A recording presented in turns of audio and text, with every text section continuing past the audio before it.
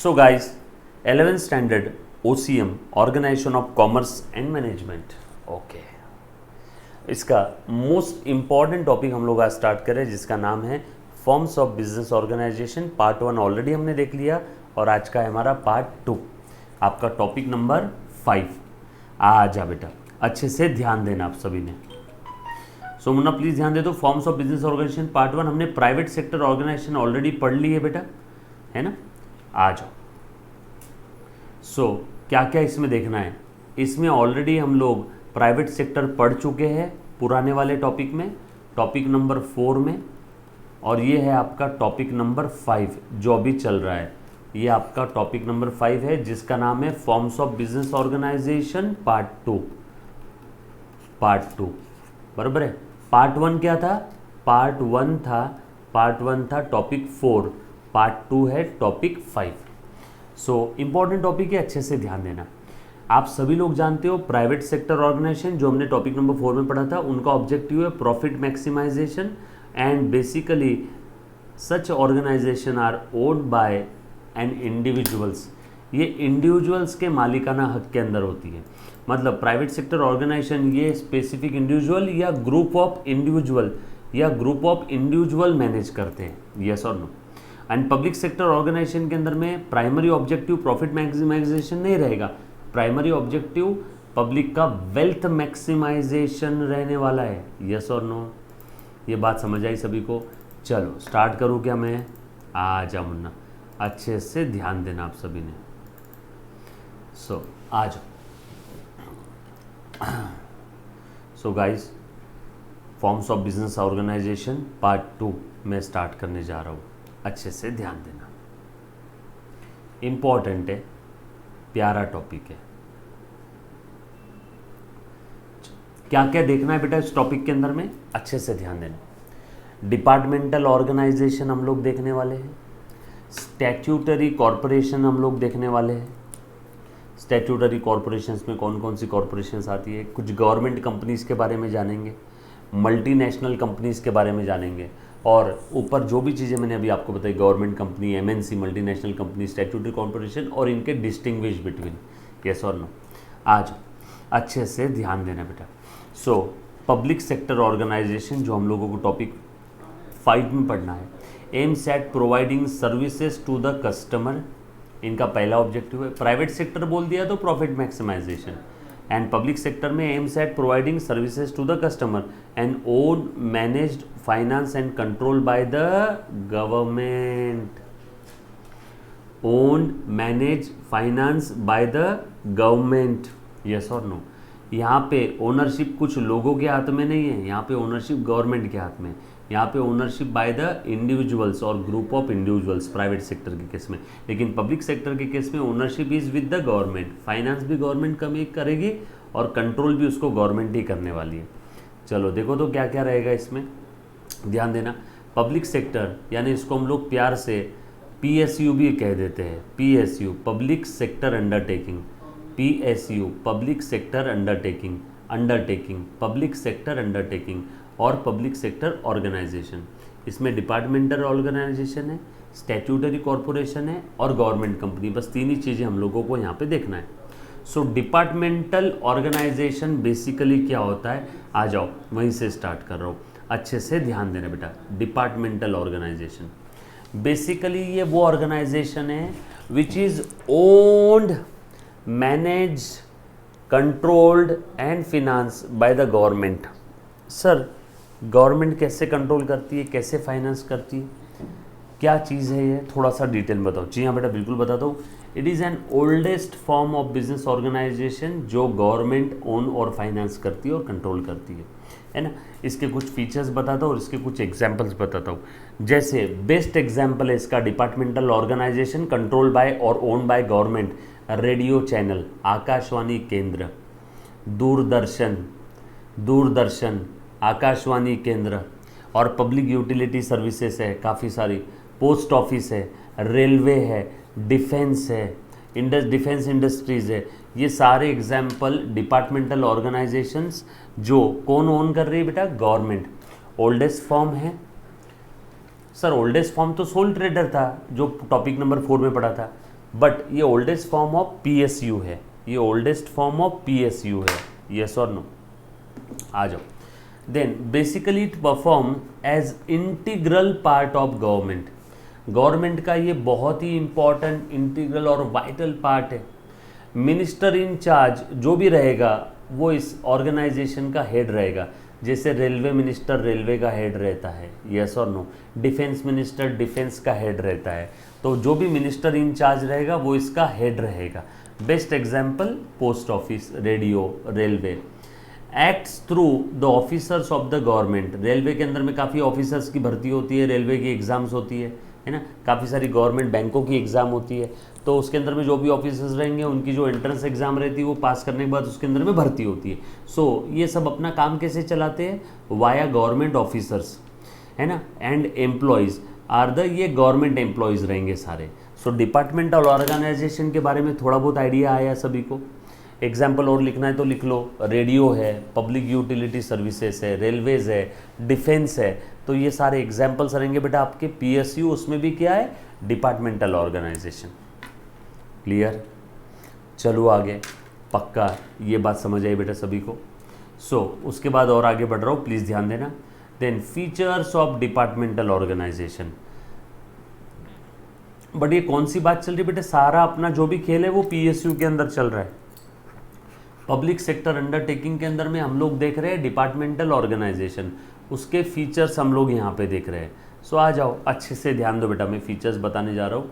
So manage by government, सबसे पहला feature काम का, बिल्कुल सही बात है, गवर्नमेंट। और वैसे भी सारे PSU manage, finance and control by government ही होते हैं। वैसे भी सारे पीएसयू, पब्लिक सेक्टर अंडरटेकिंग, चाहे डिपार्टमेंटल हो, चाहे गवर्नमेंट कंपनी हो, यस और नो, चाहे स्टैट्यूटरी कॉरपोरेशंस हो, है ना, manage, finance and control by government ही रहेगा।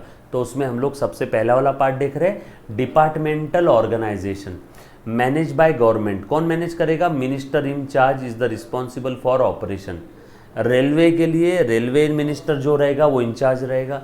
डिफेंस के लिए डिफेंस मिनिस्टर, यस और no. Then delegation of authority, top executives affect downward delegation. Sir मतलब क्या हुआ यहाँ पे? अच्छे से ध्यान देना।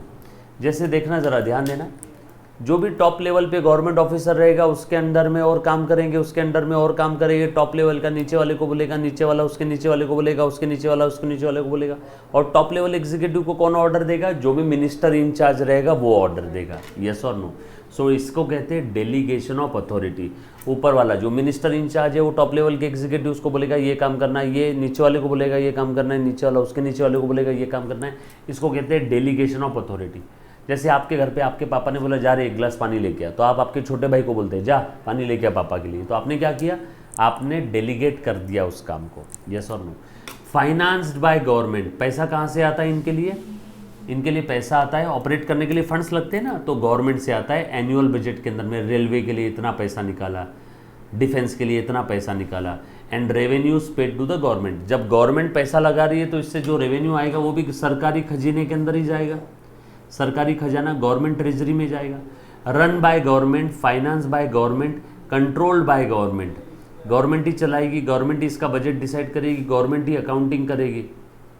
And no separate legal entity, works under the concerned ministry. इसकी कोई सेपरेट लीगल एंटिटी नहीं है, ये कंसर्न मिनिस्ट्री के अंदर में, रेलवे मिनिस्ट्री, डिफेंस मिनिस्ट्री, उसी के अंदर में जैसे काम करते।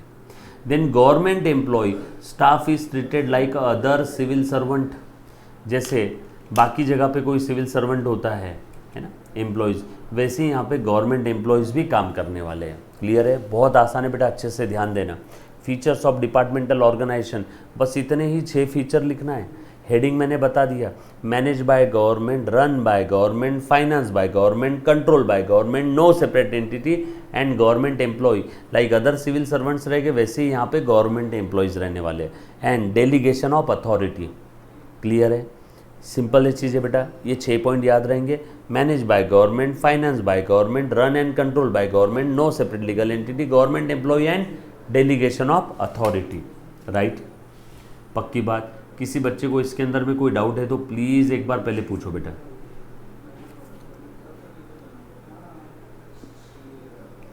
जैसे बाकी सिविल सर्वेंट होते हैं वैसे ही यहाँ के भी एम्प्लॉयज़ रहेंगे। मेरिट्स एंड डीमेरिट्स अब इसके, सबसे पहले डीमेरिट्स बताना चाहूँगा। किसी भी काम के अंदर में सबसे पहले डीमेरिट्स उसके देख लो तो मेरिट्स याद रहने में आसानी हो जाएगी। डिले इन एक्शन सबसे पहला आपको दिख रहा है बेटा। डिले इन एक्शन क्या होता है? आप सभी लोगों को मालूम है सरकारी काम में बहुत समय लग जाता है।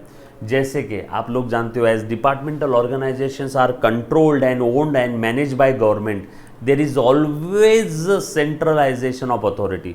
अब मुझे वह बताओ, रेलवे के अंदर में अगर कोई चेंज करना है तो हमें ऊपर से पूछना पड़ता है, ऊपर की अथॉरिटी से पूछना पड़ता है ये चेंज करूँ कि नहीं करूँ।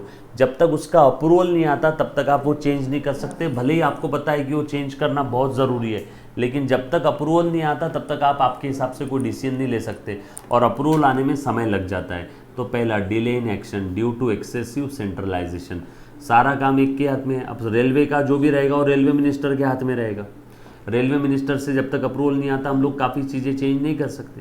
रेड टैपिज्म एंड ब्यूरोक्रेसी, भाई साहब ब्यूरोक्रेसी और रेड टैपिज्म, अब अच्छे से ध्यान देना ये क्या चीज़ है। तो आप सभी लोगों को मालूम है there is always a problem of red tapism in departmental organization which affects the trustworthiness of the customer. अब देखो, रेड टैपिज्म का मतलब बता रहा हूँ, ना सब लोग ध्यान देना अच्छे से। एनीबडी, कोई ऐसा बच्चा है जिसको रेड टैपिज्म का मतलब मालूम है? एनीबडी यहाँ पे कॉमन सेंस, एनीबडी?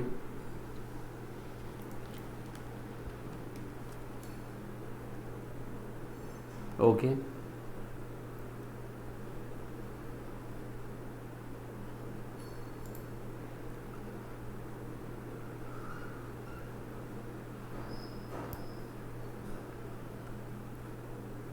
एक सिंपल सा एग्जांपल दे रहा हूँ। सरकारी ऑफिस में जाकर के एक काम करना, जैसे आपके मम्मा पापा के नाम पे कोई फ्लैट या कोई ज़मीन या कोई प्रॉपर्टी होगी, सरकारी ऑफिस में जाकर के उनको बोलो कि हमारे ओरिजिनल पेपर्स खो गए हैं, हमें डुप्लीकेट कॉपी चाहिए, हमें हमारे ही प्रॉपर्टी की डुप्लीकेट कॉपी चाहिए रजिस्टर की हुई। सरकारी ऑफिस में काम देखा है ना कैसे होता है? तो उसकी इतनी कॉम्प्लिकेटेड प्रोसीजर है, आपको डुप्लीकेट कॉपी मिलते मिलते 6 महीने भी लग सकते हैं।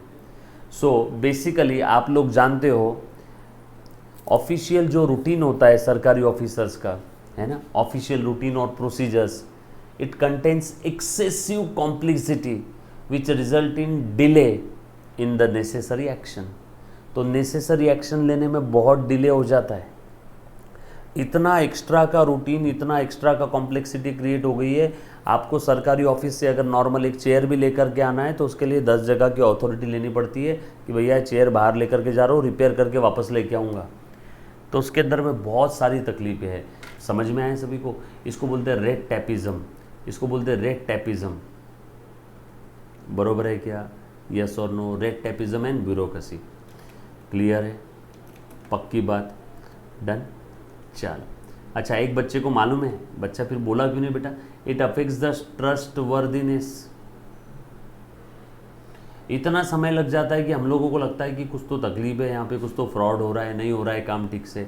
तो ये सबसे बड़ा डीमेरिट है, सबसे बड़ा demerit, red tapism and bureaucracy. बरोबर है? रेड टैपिज्म एंड ब्यूरोक्रेसी, ठीक से बोलना, red tapism and bureaucracy. Then less scope of initiative. अब सरकारी ऑफिस के अंदर में आप देखो ऑफिसेस कितने गंदे दिखते हैं, पेंट ठीक से नहीं हुआ है, दीवारें सड़ रही है, तो कौन इनिशिएटिव लेगा भैया? तो कोई इनिशिएटिव लेने के लिए तैयार नहीं, उसको साफ़ सफाई रखने के लिए, उसको पेंट करवाने के लिए। भले ही पेंट सरकारी पैसे से होगा लेकिन इनिशिएटिव कोई लेता नहीं है। Policies are criticise in the parliament. जो भी तकलीफ है वो तकलीफ पार्लियामेंट में चिल्लाते हैं, लेकिन एक्चुअल में कोई इनिशिएटिव लेने के लिए कोई तैयार नहीं रहता है। बरोबर है? जो भी तकलीफ है सब कहाँ चिल्लाते हैं? पार्लियामेंट के अंदर में हल्ला करते हैं सारे मिनिस्टर लोग, आपने देखा होगा। Lack of flexibility, excessive control है, बहुत कॉम्प्लिकेटेड प्रोसीजर है, तो सब रिजिड काम है, नहीं भैया ये काम ऐसे ही होगा। आप जिंदा हो इस चीज़ का सर्टिफिकेट लेकर के आना है, या आपके परिवार में कोई, आपके दादा, उनके पापा कोई गुजर गए तो उनका डेथ सर्टिफिकेट भी सरकारी ऑफिस से लेकर के आना है, तो भैया बहुत लंबा काम है, रिजिड वर्क है। Lack of flexibility, excessive control and supervision by the government. Delayed decision, सरकारी डिसीजन लेने में काफ़ी बार डिले हो जाता है, काफ़ी बार परमिशन लेना पड़ता है मिनिस्टर का, और वो मिनिस्टर जगह पे मिलता नहीं है। एंड अब्सेंस ऑफ प्रोफेशनलिज्म, ये तो बिल्कुल आपने भी देखा होगा, प्रोफेशनलिज्म नहीं मिलता है। वही प्राइवेट बैंकों में चले जाओ, good morning sir, good afternoon sir, आइए सर, चाय लीजिए सर, कॉफ़ी लीजिए सर, है ना। प्रोफेशनलिज्म दिख कर के आता है। सरकारी ऑफिसर्स में आपको प्रोफेशनलिज्म जनरली नहीं मिलता है, बरोबर है, प्रोफेशनलिज्म वहाँ नहीं रहेगा। मेरिट्स अब देख लो, इसके कुछ फ़ायदे भी हैं, मेरिट्स बता रहा हूँ, अच्छे से ध्यान देना बेटा।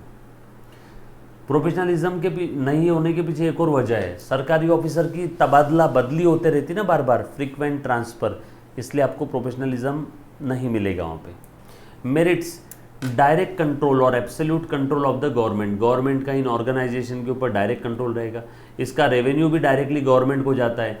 लेस ओवरहेड, खर्चे काफ़ी कम होते हैं सरकारी ऑफिसेज के अंदर में। Proper use of the funds, जो कि कंट्रोल रहेगा सरकार का, तो फंड्स का यूज़ प्रॉपर होगा।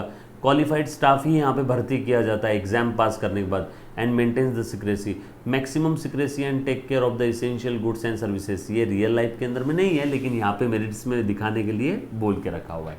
क्लियर। सो मेरिट्स और डीमेरिट्स समझ में आया बेटा आपको। यहाँ पे मैं डिपार्टमेंटल ऑर्गेनाइजेशन की बात कर रहा था, राइट। प्लीज़ ध्यान देना बेटा, हम लोग 11th स्टैंडर्ड OCM में हम लोग फॉर्म्स ऑफ बिजनेस ऑर्गेनाइजेशन देख रहे हैं, part 2। Private sector already topic number 4 में देख लिया, public sector organisation topic number 5 चल रहा है। इसके अंदर में एक ही ऑब्जेक्टिव है PSU के अंदर में, जो कि गवर्नमेंट मैनेज कंट्रोल फाइनेंस कर रही है, कस्टमर को अच्छी सर्विस देना, और मैनेज कौन करेगा, कंट्रोल कौन करेगा, गवर्नमेंट। ये PSU टॉपिक नंबर 5, ये हमने देख लिया था टॉपिक नंबर 4 में, ये हमारा हो गया था। आप अभी यहाँ पे खड़े हो, ये है आपका टॉपिक नंबर 5। उसके बाद पब्लिक सेक्टर ऑर्गेनाइजेशन, हम लोगों को बस इस टॉपिक में 3 ही चीज़ें पढ़नी है। पहली departmental organisation, then statutory corporation, then government. तो सबसे पहले हमने ये स्टार्ट किया। डिपार्टमेंटल ऑर्गेनाइजेशन का बेस्ट एग्जाम्पल है post office, radio, defence, railway, yes और नो। ओल्डेस्ट फॉर्म है PSU का, परफॉर्म्स इंटीग्रल एंड बेसिकली ये गवर्नमेंट का इंटीग्रल पार्ट क्यों है, क्योंकि जो भी स्टेट गवर्नमेंट है उनको काफ़ी सारा रेवेन्यू मिलता है इन्हीं सब डिपार्टमेंटल ऑर्गेनाइजेशन से। पोस्ट ऑफिस का रेवेन्यू गवर्नमेंट को जाता है, डिफेंस का गवर्नमेंट को जा रहा है, रेलवे का गवर्नमेंट को जाता है, यस और नो। रेडियो का रेवेन्यू गवर्नमेंट को जाता है, बराबर है। रेडियो कौन सा, आकाशवाणी बोल रहा हूँ, ये रेड FM, मिर्ची, ये वो, इसका रेवेन्यू गवर्नमेंट को नहीं जाएगा, ये प्राइवेट प्लेयर्स है। मेरिट्स डीमेरिट्स हमने देख लिए, एग्जाम में theory question, multiple choice question, objective question merits demerits पे पूछे जाते हैं मुन्ना। देन नेक्स्ट है हमारा गवर्नमेंट ऑर्गेनाइजेशन, हमने देख लिया। नेक्स्ट है स्टैट्यूटरी कॉर्पोरेशन। स्टैट्यूटरी कॉर्पोरेशन, आ जा मुन्ना, अच्छे से ध्यान दे, क्या होता है अभी स्टैट्यूटरी कॉर्पोरेशन, ध्यान दो बेटा। देखो, autonomous corporate body created by the special act of parliament. Autonomous body है, कंपनी है, कॉर्पोरेट मतलब ये कंपनी है, और कैसे क्रिएट हुआ, under the special act of parliament और स्टेट लेजिस्लेचर। इसका बेस्ट एग्जांपल है RBI, reserve bank of India, LIC, autonomous body है। काफ़ी लोगों को ऐसा लगता है LIC ये सरकार ही चलाती है, 100% ओनर LIC की सरकार नहीं है, बट LIC के लिए सेपरेट एक्ट है, form under the separate act of the parliament. Separate act के तहत फॉर्म हुए हैं, कंपनी है बट सेपरेट एक्ट के तहत फॉर्म हुआ है, ऑटोनॉमस है। काफ़ी यूनिवर्सिटीज़, काफ़ी कॉलेजेस ऑटोनॉमस होती है, आप लोगों को पता होगा। ऑटोनॉमस है, खुद के डिसीजन खुद लेगी, ऑटोनॉमस खुद के डिसीजन खुद लेगी। कॉर्पोरेट बॉडी यानी कंपनी है, created under the special act of the parliament. Special act, law यानी स्टैच्यू, लॉ स्टैच्यू, इसीलिए बोला जाता है स्टैट्यूटरी कॉर्पोरेशन, इसलिए बोला जाता है स्टैट्यूटरी कॉर्पोरेशन। यस और नो, क्लियर, पक्की बात। So basically statutory corporation is an autonomous corporate body created under the special act of parliament और state legislature. Legislature, law with defined power. इनके पास कुछ डिफाइंड पावर होती है, इनके फंक्शंस भी डिफाइंड होते हैं, इनकी ड्यूटीज भी इनके ऑफिसर्स की डिफाइंड होती है। And state help statutory corporation by subscription to its capital. Sir मतलब क्या, state government in statutory corporations को पैसा प्रोवाइड करती है, कैपिटल प्रोवाइड करती है। इसका बेस्ट एग्जांपल है reserve bank of India and LIC। Clear है, ये बात समझ में आया सभी को, पक्की बात। देन इसके कुछ फीचर्स हैं, अच्छे से ध्यान देना। कौन कौन से फीचर्स है बेटा, features of statutory corporation.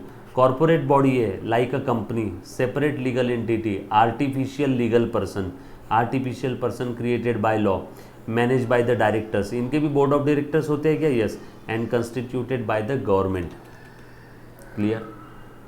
Then उसके बाद आंसरेबल टू द लेजिस्लेचर, अगर ये कुछ गलत करते हैं तो ये किसके लिए जवाबदेही है? लेजिस्लेचर को।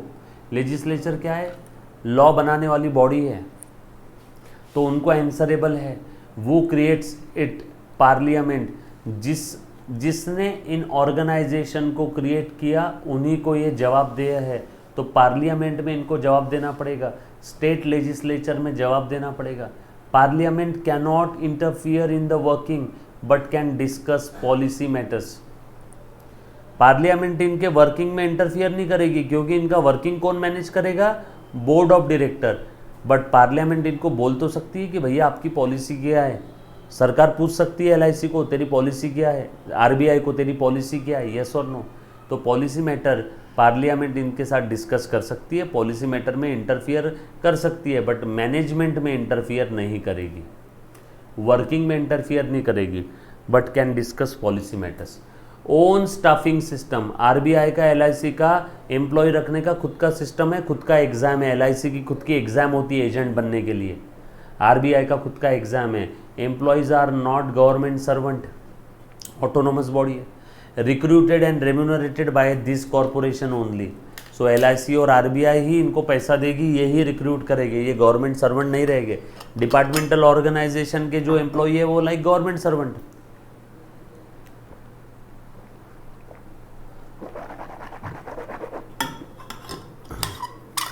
एग्जाम में ऑब्जेक्टिव क्वेश्चन आ सकता है, स्टैट्यूटरी कॉर्पोरेशन के एम्प्लॉय गवर्नमेंट सर्वेंट है क्या? नो।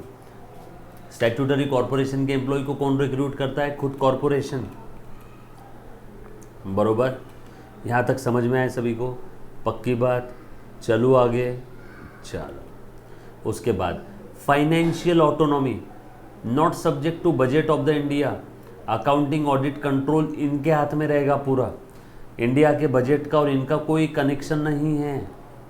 इनके पास पूरा का पूरा फाइनेंशियल ऑटोनॉमी और फाइनेंशियल इंडिपेंडेंस है। It is not subject to budget of the India. Accounting auditing इन्हीं के कंट्रोल में है, ये खुद अपने ऑडिटर अपॉइंट करेंगे। बरोबर है क्या? और इतना ही नहीं, ये गवर्नमेंट से अगर परमिशन लेते हैं तो ये अदर देन इंडिया से पैसे भी उधार ले सकते हैं। वर्ल्ड बैंक से अगर इन्होंने सोचा मुझे पैसे उधार लेना है तो बिल्कुल उधार ले सकते हैं, बट हाँ गवर्नमेंट की एक बार परमिशन लेनी पड़ेगी, right. And no political interference, कोई इनके ऊपर पॉलिटिकल प्रेशर नहीं रहेगा। Comes into existence by following a particular act, क्योंकि इनके लिए सेपरेट एक्ट है, सेपरेट स्टैच्यू है, स्पेशल एक्ट है, इनके लिए स्पेशल एक्ट है, पहले ही बता दिया था। कोई पॉलिटिकल पार्टी का इसके ऊपर डायरेक्ट कंट्रोल नहीं रहेगा। अब इसके कुछ मेरिट्स और demerits.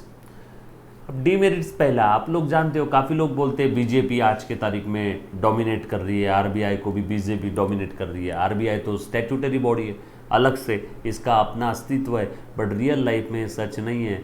Autonomy on a paper only, ये ऑटोनॉमस तो है सिर्फ पेपर पे। काफ़ी पॉलिटिकल पार्टीज इनके ऊपर दबाव डालती है, इंटरफियर करती है। लैक ऑफ इनिशिएटिव, जो डिपार्टमेंटल ऑर्गेनाइजेशन में देखा था ना वो सेम है। Rigid structure same departmental organisation का। Objects and powers are defined by act and amending it is time consuming. अब काफ़ी बार कोई ऐसा लॉ आ जाता है एलआईसी या आरबीआई के लिए जो कि कस्टमर्स के लिए गलत है, बट अब उस लॉ को चेंज करते करते सालों लग जाते हैं, तो तब तक कि हमें वो ही फॉलो करना पड़ेगा। रिजिड है, फ्लेक्सिबल नहीं है। Clashes among the interest to many members. अब क्या होता है, आपस में इनके लफड़े पड़ जाते हैं, जातिवाद हो जाता है, तो इसलिए क्लैशेस अपॉन द इंटरेस्ट की यहाँ पे बात चल रही है। अच्छे से ध्यान देना। डीमेरिट्स बता रहा हूँ स्टैट्यूटरी कॉर्पोरेशंस का। काफ़ी बार क्या होता है, government appoints on the board of director, कुछ अलग कास्ट के लोगों को, कुछ लोगों को अपॉइंट कर दिया, तो इनके इसमें आपस में झगड़े। महाराष्ट्र के अंदर में स्टैट्यूटरी कॉर्पोरेशन है तो महाराष्ट्रियन आदमी होना चाहिए, आपने साउथ के आदमी को क्यों अपॉइंट किया, आपस में लफड़े झगड़े हो जाते हैं। It is quite possible that the interest may clash, because of this reason smooth functioning नहीं होता है। बरोबर। उसके बाद अनफेयर प्रैक्टिसेस यहाँ पे भी होती है, लफड़े यहाँ पे भी होते हैं, स्कैम इधर भी होते हैं। Governing body may charge high price to cover the inefficiency. Clear? यहाँ तक किसी बच्चे को कोई डाउट है तो प्लीज़ एक बार पहले पूछो। Any student any kind of doubt. Merits बता देता हूँ। इनिशिएटिव एंड फ्लेक्सिबिलिटी, इंडिपेंडेंट है, ऑटोनॉमस है, तो खुद से होके इनिशिएटिव ले सकते हैं। सरकारी ऑफिस के कंपैरिजन में एलआईसी का ऑफिस अच्छा है, और एलआईसी के कंपैरिजन में आ रहा है क्या? ठीक है। एलआईसी के कंपैरिजन में प्राइवेट कंपनी के ऑफिस बहुत ज़्यादा अच्छे हैं। सो इसके कंपैरिजन में ये ज़्यादा अच्छा, और इसके कंपैरिजन में ये ज़्यादा अच्छा। सो कंपैरेटिवली गवर्नमेंट के बाकी ऑर्गेनाइजेशन के कंपैरिजन में जो स्टैट्यूटरी कॉर्पोरेशंस होती है उनके ऑफिसेज ज़्यादा अच्छे, क्योंकि इंडिपेंडेंट मैनेजमेंट है विदाउट गवर्नमेंट इंटरफियरेंस। एडमिनिस्ट्रेशन भी इनके हिसाब से रहेगा, एम्प्लॉय भी इनके हिसाब से रहेंगे, तो डिसीजंस भी जल्दी हो जाते हैं, एफिशिएंट स्टाफ मिल जाता है क्योंकि एग्जाम्स होती है, प्रोफेशनल मैनेजमेंट रहेगा, इजी टू रेस कैपिटल क्योंकि फुल्ली ओन्ड बाय गवर्नमेंट, सरकारी है, सरकार पैसा देगी, या बाहर से आउट ऑफ इंडिया से भी पैसा बुलवा सकते हैं। सो ये इसके कुछ मेरिट्स है बेटा, यस और नो? क्लियर? यहाँ तक किसी बच्चे को कोई doubt? Any student any kind of doubt. ये थ्योरी क्वेश्चंस और ऑब्जेक्टिव क्वेश्चंस के लिए आ सकता है। नेक्स्ट लास्ट है बेटा हमारा गवर्नमेंट कंपनी। अब गवर्नमेंट कंपनी क्या होती है, अच्छे से ध्यान देना। ऐसी कंपनी जो रजिस्टर्ड अंडर कंपनीज एक्ट 2013 है, और उसके अंदर में minimum 51% of the paid up capital. मान लो किसी कंपनी का कैपिटल 100 करोड़ है, तो उसमें मिनिमम 51 करोड़ अगर गवर्नमेंट के पास में है, बचा हुआ बैलेंस 49 करोड़ किसी के पास भी है, कोई फर्क नहीं पड़ता। मिनिमम 51% पेड अप कैपिटल अगर गवर्नमेंट के पास में है तो वो कंपनी गवर्नमेंट कंपनी कहलाई जाएगी।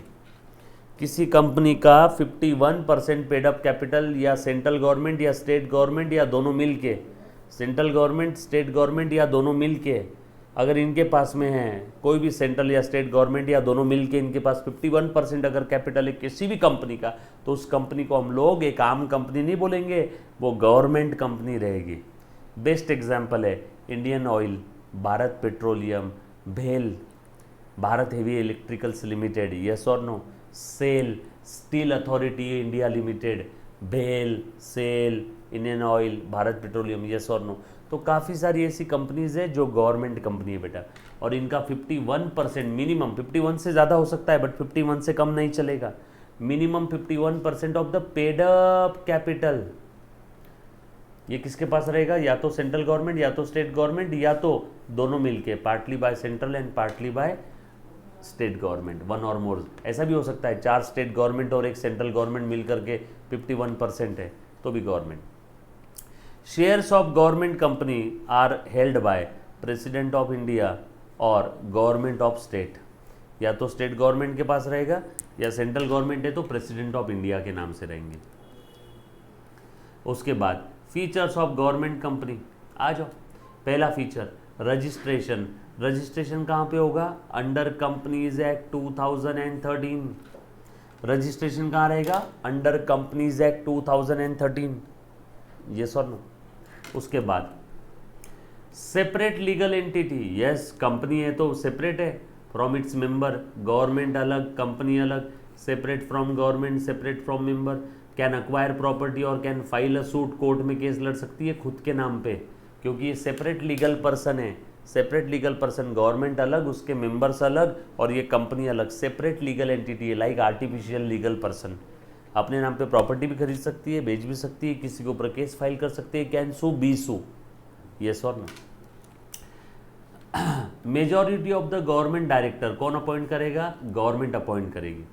Own staff, employees are not government employ, क्योंकि इसका अस्तित्व अलग है, गवर्नमेंट से अलग है, सेपरेट फ्रॉम गवर्नमेंट, तो यहाँ के जो स्टाफ रहेंगे वो गवर्नमेंट एम्प्लॉय नहीं बोले जाएंगे। And free from procedural control, इसका budget audit control does not apply. अब ध्यान देना, सरकार इसमें इंटरफियर नहीं करेगी, सरकारी बजट यहाँ पे काम का नहीं है, सरकार इसका यहाँ कुछ नहीं दिखेगी, तो सब इनके पास में ही है कंट्रोल। सरकार के हाथ में इसका कोई कंट्रोल नहीं है, सरकार के हाथ में इसका कोई कंट्रोल नहीं है, यस और नो? पक्की बात। So a government company is free from budgetary control, a government company is free from government accounting, free from audit control which are applicable to the government undertaking. ये खुद के auditor खुद appoint करेंगे। Sir auditor क्या करता है? Auditor books of accounts check करता है, वेरीफाई करता है, एग्जामाइन करता है। यस और नो? गवर्नमेंट के बजट आते हैं, इनका खुद का बजट रहेगा, इनका खुद का सब कुछ अलग रहेगा, तो free from procedural control of the government, इसलिए बोला है। सो ये फीचर समझ में आ गए बेटा सभी को? 1 2 3 4 5 सिंपल से 5 फीचर्स है। एग्जाम में भी आपने यही 5 फीचर लिखना है, इसके अलावा कुछ नहीं करना है। क्लियर? डन।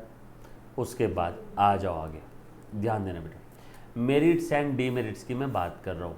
अब इसके भी कुछ मेरिट्स है, डीमेरिट्स काफ़ी कम है क्योंकि इंडिपेंडेंट है ना। Fear of exposure, annual report is published and discussed.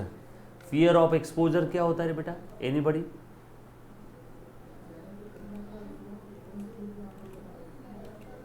Fear of exposure आप सभी को मालूम है, हर एक कंपनी की एनुअल रिपोर्ट बनती है, तो जाहिर सी बात है गवर्नमेंट कंपनी की भी एनुअल रिपोर्ट बनेगी। साल के आखिरी का लेखा जोखा, क्या किया साल भर में, कितनी कमाई की, कितने खर्चे किए, कितना नफा नुकसान है। सो annual report of the government company is place before the parliament और स्टेट लेजिस्लेचर, क्योंकि सेपरेट एक्ट के तहत, सॉरी अपने क्या कहते हैं, इसका जो भी एनुअल रिपोर्ट रहेगा, फाइनेंस का रहेगा, ऑडिट का रहेगा, प्रोडक्शन का रहेगा, जो भी एनुअल रिपोर्ट है सारा का सारा पार्लियामेंट के सामने रखना पड़ेगा। वर्किंग ऑफ द कंपनी हमें पार्लियामेंट के सामने रखना पड़ेगा, पब्लिक के सामने रखना पड़ेगा, तो पब्लिक क्रिटिसाइज करेगी, पार्लियामेंट के मिनिस्टर्स क्रिटिसाइज करेंगे, हमारी सारी कॉन्फिडेंशियलिटी सभी के सामने आ जाएगी। बट ऑब्वियस सी बात है गवर्नमेंट कंपनी है तो पब्लिक का इन्वॉल्वमेंट रहेगा, तो इसीलिए फियर ऑफ एक्सपोजर यहाँ पे दिया हुआ है बेटा। दूसरा, ये ऑटोनॉमी चिल्ला रहे हैं, सिर्फ नाम की ऑटोनॉमी है। गवर्नमेंट का इंटरफियरेंस, गवर्नमेंट ऑफिशियल्स का इंटरफियरेंस, पॉलिटिशियंस का इंटरफियरेंस इसमें होता ही होता है। Then lack of expertise. अब क्या होता है, काफ़ी बार गवर्नमेंट कंपनी के जो एम्प्लॉयज़ होते हैं वो प्राइवेट कंपनी के कंपैरिजन में कम स्किल वाले होते हैं। सो की personal is of government department का रहेगा, उसको क्या लेना देना, उसके पापा का क्या जा रहा है। लेकिन प्राइवेट कंपनी के जो की पर्सन है, डायरेक्टर से, वो खुद कंपनी के मालिक रहते हैं या तो उनको बहुत अच्छा पेमेंट मिलता है और उनके ऊपर वॉच रखने वाला कोई ना कोई रहता है। लेकिन सरकारी ऑफिसर्स के ऊपर कौन वॉच रखे भैया? गवर्नमेंट कंपनी के जो ऑफिसर्स होते हैं वो की पर्सनल जो भी रहेंगे उसके की पर्सन, जैसे managing director is an example of key person, तो सब गवर्नमेंट डिपार्टमेंट के लोग रहते हैं। And lack of public interest, decisions are taken for social objective. Then merits, easy formation है, गवर्नमेंट फॉर्म कर लेगी जिस दिन गवर्नमेंट ने बोला आज से government company, done. Internal autonomy है, relatively free from political control, ये एक मेरिट्स में आ गया। Easy to alter, discipline, professional management and public accountability. Public accountability मतलब अब यहाँ पे इन सभी को मालूम है कि हमें साल के आखिरी में पब्लिक के सामने रिपोर्ट प्रेजेंट करना है, पार्लियामेंट के सामने रिपोर्ट प्रेजेंट करना है, तो इनके ऊपर एक मोरल चेक रहेगा, यस और no. Professional management, generally government company can employ professionally qualified managers, chartered accountants, company secretaries, इनको वो हायर कर सकते हैं ताकि कंपनी मैनेज करने में आसानी हो जाए, तो प्रोफेशनल मैनेजमेंट यहाँ पे रहेगा। गवर्नमेंट डिपार्टमेंटल ऑर्गेनाइजेशन के कंपैरिजन में यहाँ पे प्रोफेशनल मैनेजमेंट रहेगा। डिसिप्लिन भी रहेगी, provisions of the act keep management alert, बरोबर है। उसके बाद easy to alter, parliament approval not needed, parliament से अप्रूवल लेने की जरूरत नहीं। बाहर से लोन भी लेना है तो भी आपको पार्लियामेंट से अप्रूवल नहीं लेना, बस गवर्नमेंट से अप्रूवल ले लिया, you can take a loan from outside the country.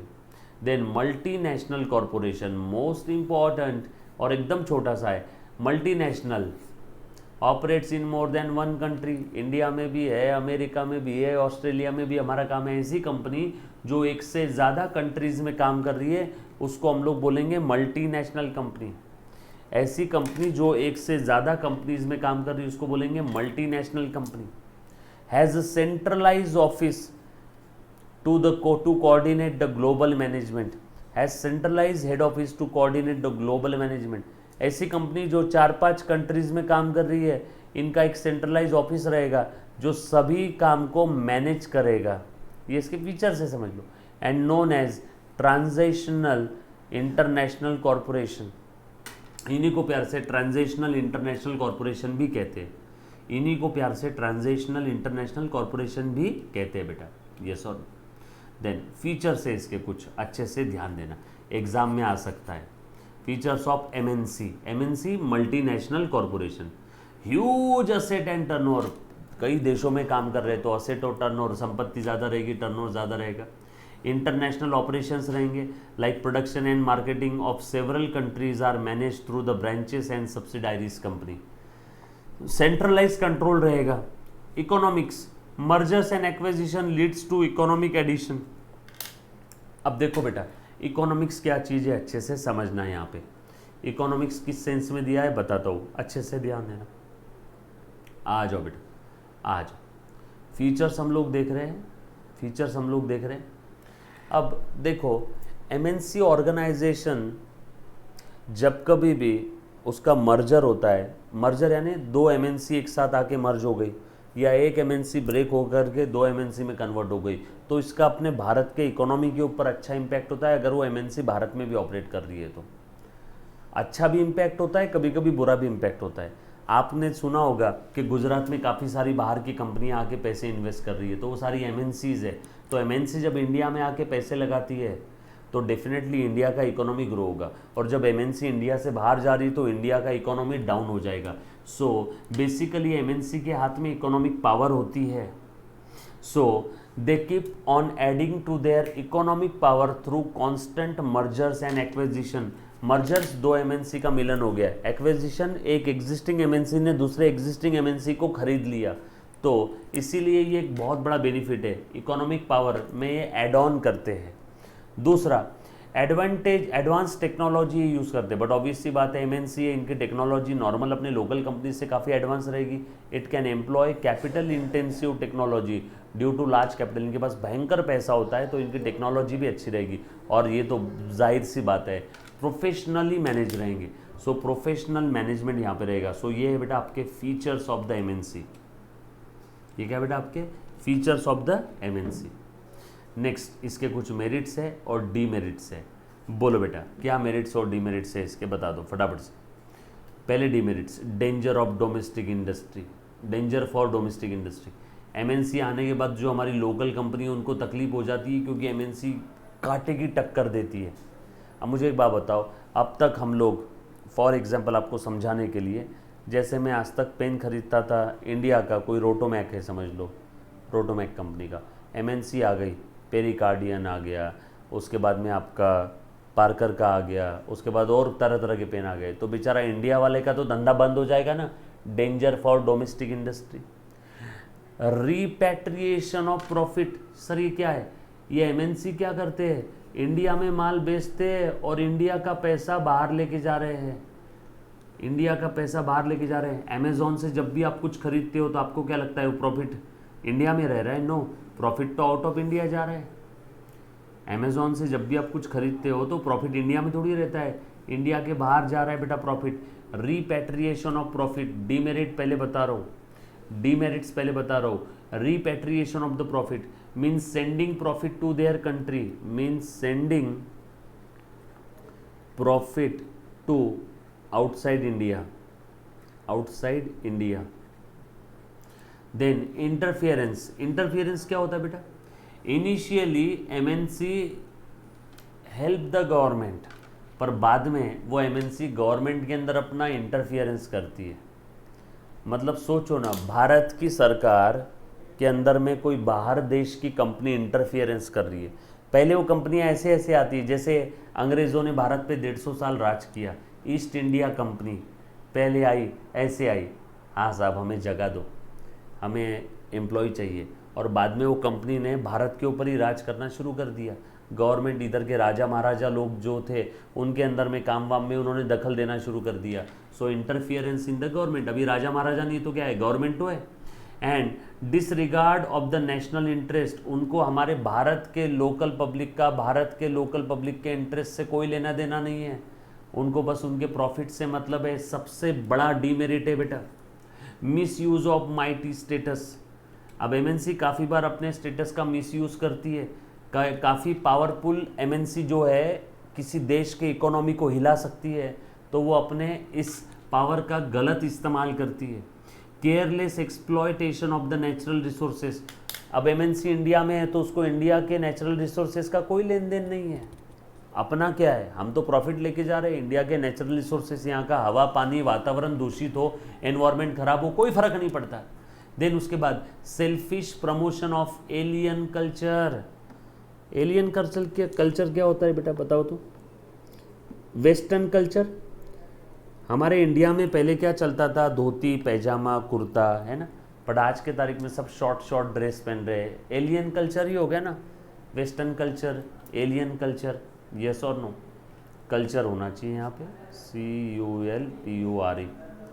And exploitation of the people been in a systematic manner. Exploitation of the people, हमारे यहाँ के लोगों का एक्सप्लॉयटेशन ही हो रहा है, सस्ते में काम करवा रहे हैं। लोअर लेवल का जो वर्क है, गिरा हुआ काम हमसे करवाएंगे, बड़ा लेवल का जो काम है उनके ऑफिसर्स MNC वाले इधर आके करेंगे। मेरिट्स भी है कुछ इसके, भारत में एम्प्लॉयमेंट जनरेट हो जाएगा, फॉरेन का पैसा इंडिया में आ रहा है, proper use of the resources, technical development, managerial development, and to local monopolies. जो लोकल लोग यहाँ के दादागिरी करते थे, उनको लगता था उनका पे नहीं यहाँ पे है, तो ये इनकी लोकल मोनोपोली खत्म हो जाएगी। Improvement in standard of living, है ना, and promotion of international brotherhood and culture, है ना। हिंदी चीनी भाई भाई, हिंदू मुस्लिम सिख ईसाई हम सारे हैं भाई भाई, यस और कुछ बात समझ आई? ये डीमेरिट्स और मेरिट्स थे आपके इसके MNC के। अब जो हमने 3 ऑर्गेनाइजेशन देखी, प्राइवेट और पब्लिक सेक्टर और डिपार्टमेंट ऑर्गेनाइजेशन, स्टैट्यूटरी और गवर्नमेंट, इनके डिस्टिंग्विश बिटवीन जो हमने अभी तक पढ़ा, वो डिस्टिंग्विश बिटवीन यहाँ पे एकदम सिंपल लैंग्वेज में आपके सामने रखा हुआ है। इसके ऊपर काफ़ी क्वेश्चन आएगी। जो हमने अभी तक पढ़ा ये उसकी समरी है, जो हमने अभी तक पढ़ा ये उसकी समरी है, ऑलरेडी हमने देखा हुआ है, बरोबर है। फटाफट से एक बार आपने रीड करना है, और किसी बच्चे को इसके अंदर में कोई डाउट है तो प्लीज़ फटाफट से पूछो। Any student, any kind of doubt, anybody. Simple है। बोलता था OCM के लिए चिंता मत करो, बहुत आसान है। क्लियर? All set? पक्का?